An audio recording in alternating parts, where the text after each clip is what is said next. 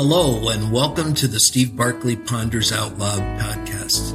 Instructional coaches and leaders create the environment that supports teachers to continually imagine, grow, and achieve. They model an excitement for learning that teachers in turn model for students. This podcast is dedicated to promoting the important aspects of instructional leadership. Thanks for listening. I'm thrilled you're here.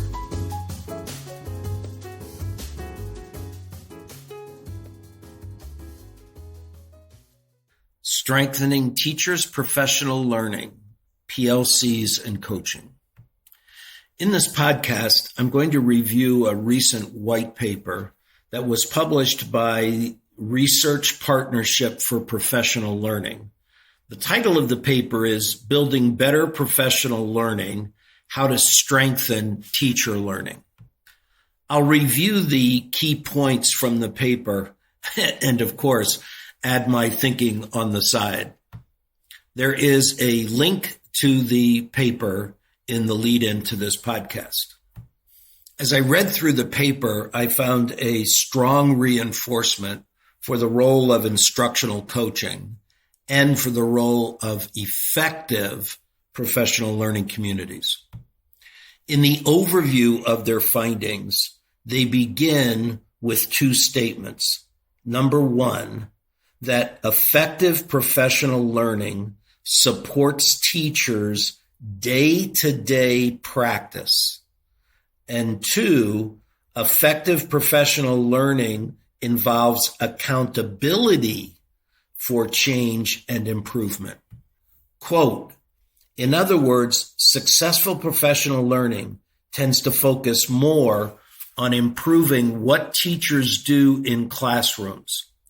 And it features follow-up from other educators, a kind of social accountability. For instance, a coach who revisits the classroom to check on progress, or peers who depend on one another to try out new instructional techniques, end quote. The paper breaks down into two sections, one that looks at what should the content of professional learning be, and the other looks at what they're calling how, features and formats for professional learning. Two key elements under the what of professional learning is one, it's best when the professional learning is targeted subject-specific instructional practices versus content knowledge. And second, prioritize practice supporting with instructional materials. This really matches a piece that I had talked about in blogs and podcasts earlier around the embedding of professional learning and curriculum materials happening together. They cite as an example a study that was done in the area of science for elementary teachers. And there were two groups of teachers. One received training in science content.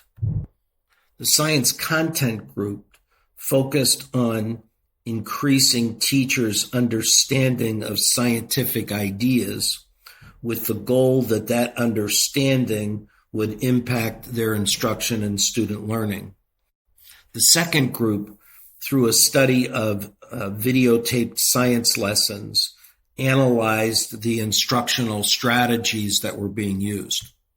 Although the teachers spent the same amount of time in both learning experiences, students of the teachers in the lesson analysis group outperformed students of the teachers in the content deepening group by a 20 percentile points on a researcher's developed assessment.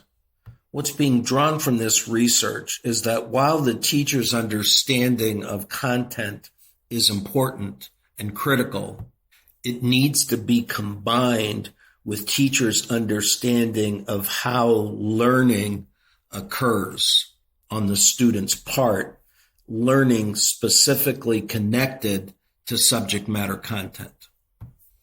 In other words, subject-specific instructional practices assist teachers in understanding how to engage students in thinking, reasoning about data, and applying their understanding. Professional learning needs to support teachers in their day-to-day practice by identifying and analyzing key instructional moves. A third comment was made under the content of what teachers should be getting from professional learning. And it was suggested that more professional learning should be focused on developing relationships with students. That really matches up with a blog that I had written earlier, and I'll have the link in the lead-in for you, around building developmental relationships. And I have several resources in that blog connected to Search Institute.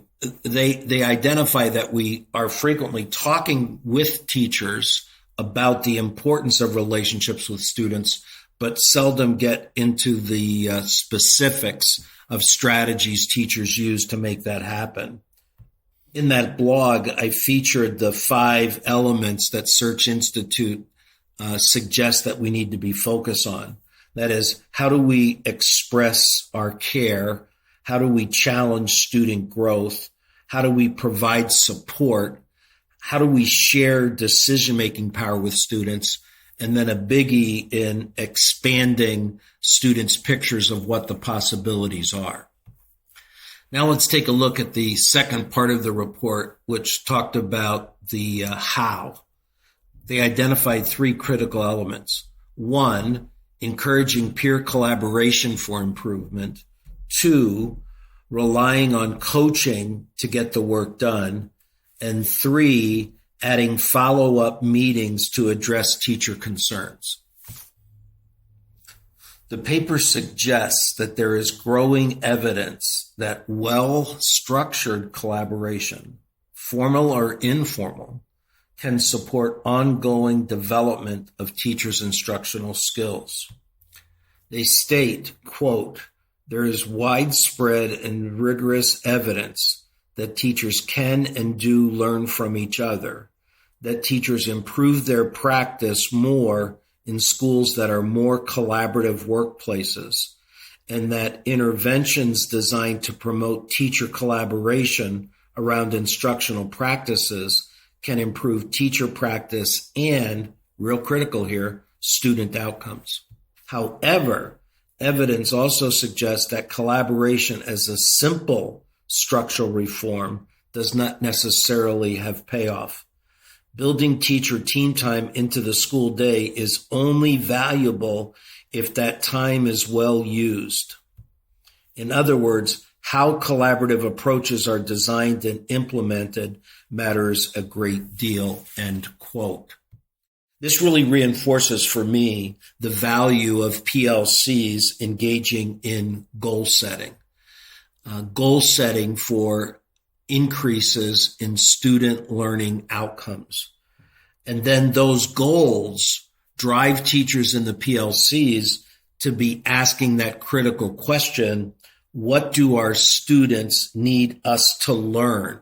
What do we as teachers need to learn in order to provide the learning production behaviors that students need to move from where they are to the desired goals that the PLC has set for learning outcomes?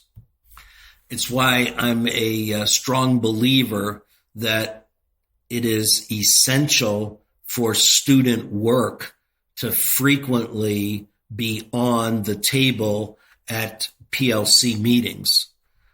Teachers need to be studying student work. They need to be studying students in the learning process to figure out what we as professionals need to learn in order to assist students in advancing their learning.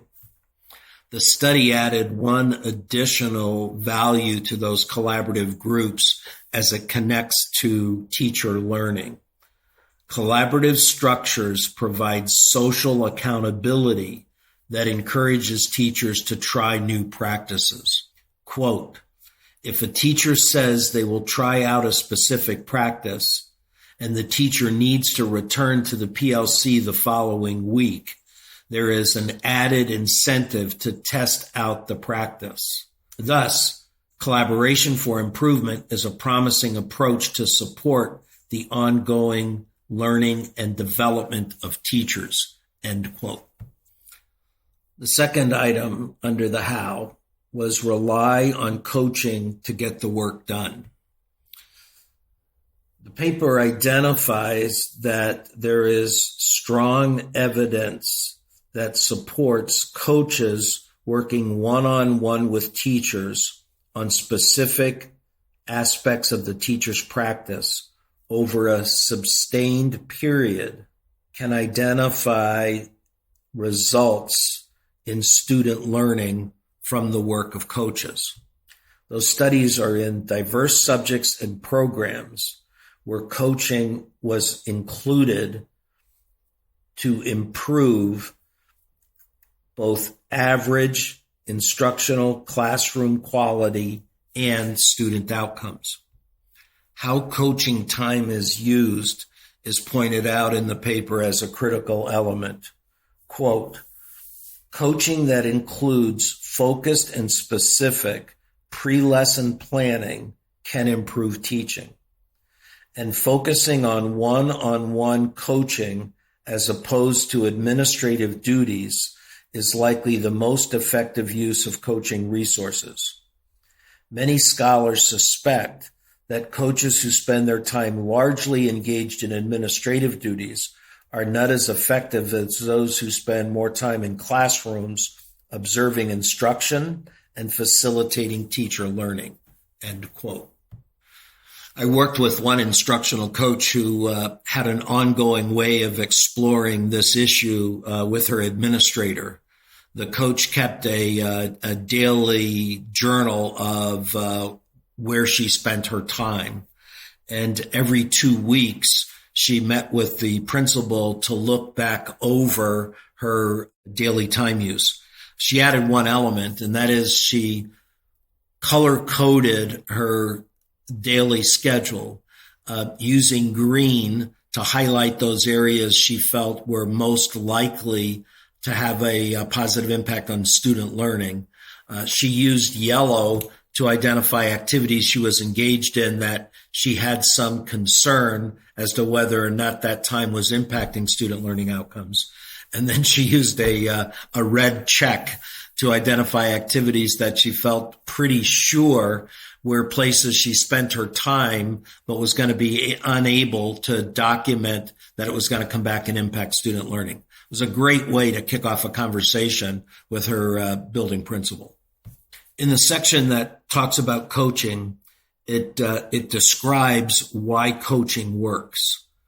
Coaching supports teachers' day-to-day practice by starting with the teacher's existing practice, then working outward from the teacher's existing practice to integrate new instructional techniques. Similar to the impact that professional learning communities can have on teacher implementation of learning, the cyclical nature of coaching offers that same accountability. Teachers know that their coach is going to return and continue their work together. And this is likely to increase the teacher's implementation of content that was discussed during the coaching meeting. The third item listed again ties together that important role of coaching and professional learning communities. And that is that there need to be follow-up meetings added to any professional learning opportunities so that teachers have a chance to discuss and explore their findings as they take that learning from a professional development workshop or presentation or learning day or curriculum presentation, any of those cases where now the teacher takes it back into the classroom, we need to have that follow-up opportunity for conversation. I frequently have worked with districts and even buildings where, as they planned out the frequently minimal amount of time that was available for professional learning, tackled too many different topics. And so they would have an early dismissal day, and teachers would attend a workshop, professional learning on one topic. And then 3 months later, there was another early dismissal day, and they went on to a different topic. And I frequently discussed how taking the time that was available and spending a sufficient amount of it in follow-up was much more likely to bring about a change in teacher practice that was going to impact student learning. Here's how the paper describes why this is important. Quote, "First, these follow-up sessions are based on teachers' problems of practice, the part of the new program or the new strategy that the teacher finds challenging. Many of these meetings are intentionally collaborative. Teachers share ideas with one another with the goal of enhancing implementation. In doing so, teachers can learn from one another and perhaps customize the program to best meet the needs of their students." And again, like the coaching, like the professional learning communities, these follow-up meetings add an accountability component. Teachers are more likely to have the program implementation in the front of their minds when they know they need to report on how it went when they attend the follow-up meetings. My phrase for those activities is finding accountability rather than supervision to get implementation and new teacher learning to occur. Again, the link for the paper from the Research Partnership for Professional Learning is in the lead-in to this podcast. It's about 10 pages long. You can read online or download. And if it strikes questions or thoughts for you, I'd love to hear from you at barkleypd.com. Thanks for listening. Thanks for listening in, folks. I'd love to hear what you're pondering. You can find me on Twitter at Steve Barkley, or send me your questions and find my videos and blogs at barkleypd.com.